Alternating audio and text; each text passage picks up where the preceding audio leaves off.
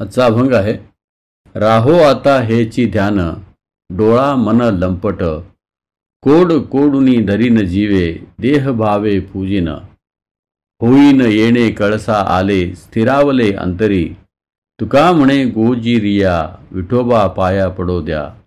याचा अर्थ आहे, विठोबाचे विटेवरील ध्यान माझ्या डोळ्यासमोर आहे, तसेच कायम राहो. माझे डोळा आणि मन त्यांच्याकडेच आकर्षित हो. असे ध्यान माझ्या हृदयामध्ये धारण करून माझी देहभावना त्यांना अर्पण करून त्यांची पूजा करेन. अशा प्रकारे विठ्ठल अंतःकरणात स्थिरावले म्हणजे हरिभक्तीचा कळस गाठल्यासारखे होईल. तुकाराम महाराज म्हणतात, हे गोजीरवाण्या विठोबा, मला फक्त तुमच्या चरणांचा आश्रय द्यावा. प्रामाणिक श्रीकृष्ण भक्त प्रेममयी सेवेव्यतिरिक्त कशाचीही कामना करीत नाही.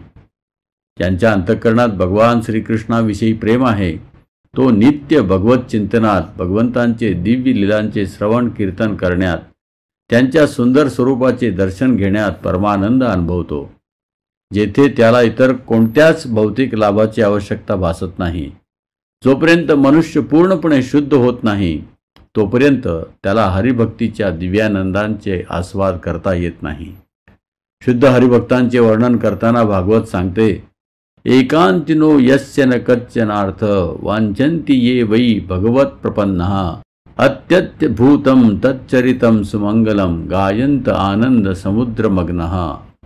अर्थात भगवंतांच्या एकनिष्ठ भक्तांना भगवत सेवेव्यतिरिक्त इतर कोणतीही इच्छा नसते.